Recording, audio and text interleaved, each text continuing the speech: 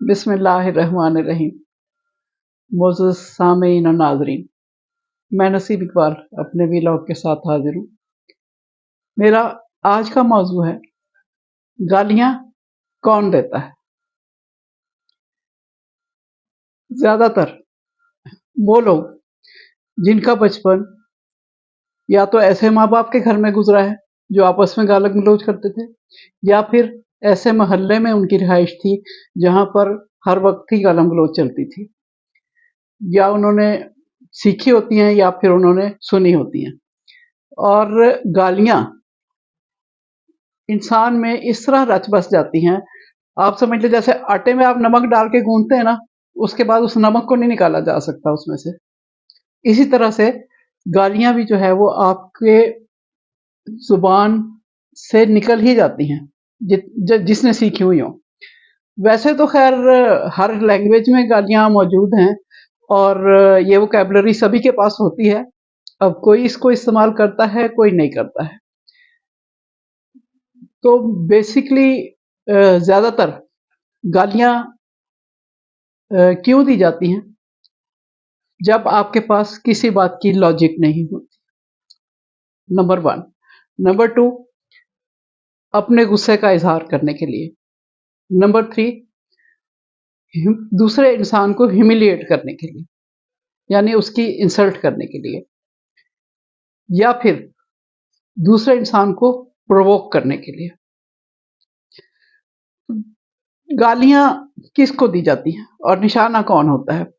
گالیاں تو آپ اپنے غصے کا اظہار کر رہے ہیں سامنے والے سے، مگر اصل میں نشانہ ماں بہنیں ہوتی ہیں، کیونکہ جتنی بھی گالیاں ہیں زیادہ تر وہ ماں بہن کے نام پہ دی جاتی ہیں۔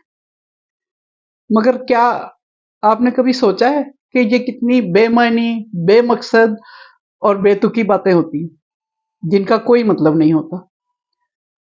عام طور پہ گالیاں دینے والا اپنے سے کمزور انسان کو گالیاں دیتا ہے، کیونکہ اگر وہ اپنے برابر والے کو گالی دے گا تو اسے بھی اتنی ہی گالیاں سننی پڑیں گی، اور تھوڑا سا اپنا جو طاقتور ہوگا اس سے جو گالیاں دے رہا ہے وہ اس کو نیچے لٹا کے اس کی اسی طرح سے پھینٹی لگا دے گا، شاید وہ گالیاں بھی دے دے اور ساتھ اس کو مرمت بھی کر دے۔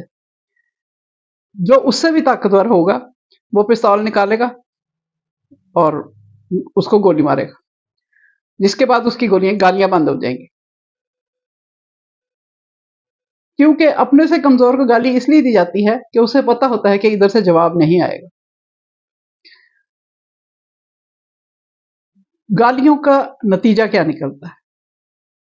گالیوں کا نتیجے میں لڑائی بڑھتی ہے، دوسرے آدمی کی دل آزاری ہوتی ہے، اور گالیاں دینے والے کا امیج خراب ہوتا ہے، اس کی تربیت پر سوال اٹھتے ہیں۔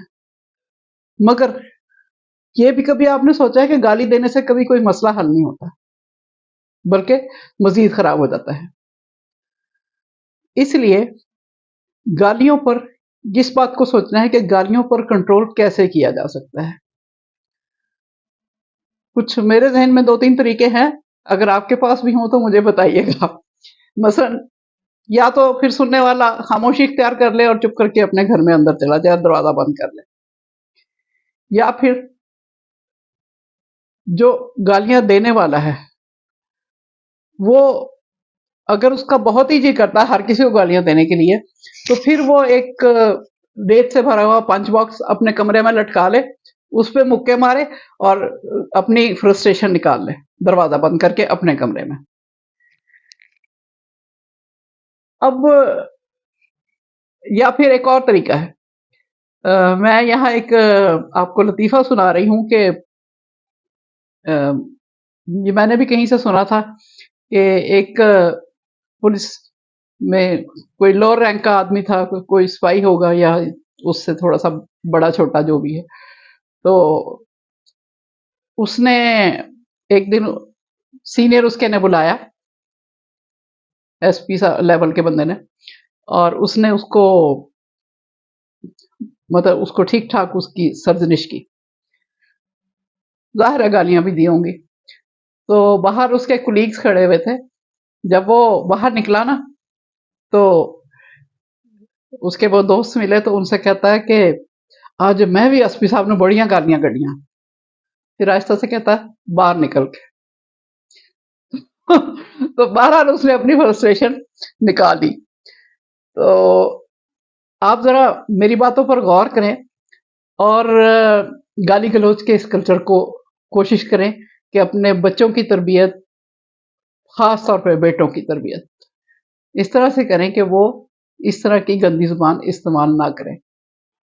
بیٹھ کر بات چیت ٹھنڈے دماغ سے کریں، ڈسکس کریں، ڈیسنسی طریقے سے کریں، اور جھگڑا جو بھی ہے اس کو ختم کرنے کی کوشش کریں. اب جتنی ورلڈ وارز ہوئی ہیں یا دوسری وارز ہوئی ہیں تو الٹیمیٹلی ٹیبل پہ ہی آ کے بات ختم ہوتی ہے. اس لیے بہتر ہے کہ آپ بات چیت جو ہے وہ کریں. میں اس سے زیادہ اور کچھ نہیں کہنا چاہتی. میرے خیال میں آپ کو میری بات سمجھ آ گئی ہوگی، اور اس میری باتوں پہ غور کیجئے گا. اس کلچر کو ختم ہونا چاہیے. بہت غلط بات ہے یہ. اور خاص طور پہ مرد حضرات سے میری گزارش ہے کہ اپنی بیویوں بچیوں کو گالیاں مت دیں. اس سے کوئی مسئلہ حل نہیں ہوتا. وہ کمزور مخلوق ہوتی ہیں، آپ کو جواب نہیں دیتی، لیکن بات میں نے آپ سے پہلے بھی کہا کہ ووکیبلری سبھی کے پاس ہوتی ہے. نسیم اقبال ماجی کو اجازت دیجیے. شکریہ. اللہ حافظ.